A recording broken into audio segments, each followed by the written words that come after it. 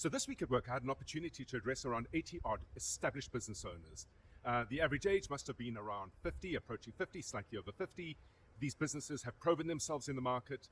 They're growing, they're doing well, and making money, of course. I asked the question, how are things today? And a number of people put up their hands and said, at what point in time do we need to stop investing to manage, maintain, and support the ongoing growth that we seek? And I said, well, why do you seek growth? And they said, well, of course, it's to generate income, to provide us with a lifestyle, to make money, the entire purpose behind this business. And I said, well, let's pause that for a minute.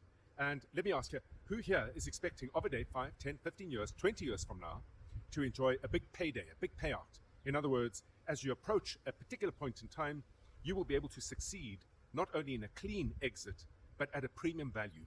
And what you get for your business will give you the reward, both in terms of returns for years of sacrifice, and the reward both in terms of time given to your business in the preceding 5, 10, 15, 20 years back. Of 80 odd people, 5% of the audience, just over 4 people, put up their hands. I was horrified. And it got me thinking, well, what are the options for the rest? And I asked the question.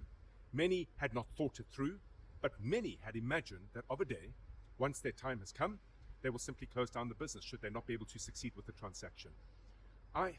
I have to implore you, please do not think in that manner. Time and attention is limited, and we should invest it in 2 things.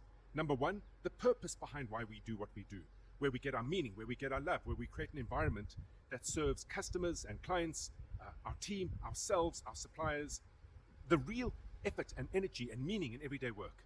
But at the same time, that is very much an operator mindset. Please wear equally the other hat, and that is the investor mindset, recognizing you're the single biggest investor in your business. And in fact, unless you attain and start and begin with the same level of excitement, investment, and care, how you grow a business to generate income, how you grow it in order to deepen capital value, and ensure that what you're building is an asset independent of yourself for a point in time, 5, 10, 15, 20 years henceforth. Unless you begin with that mindset, the likelihood is of a day, hopefully, I would love the opportunity to speak with you in amongst an audience and say, who here believes you will, of a day in the future, secure a big payday?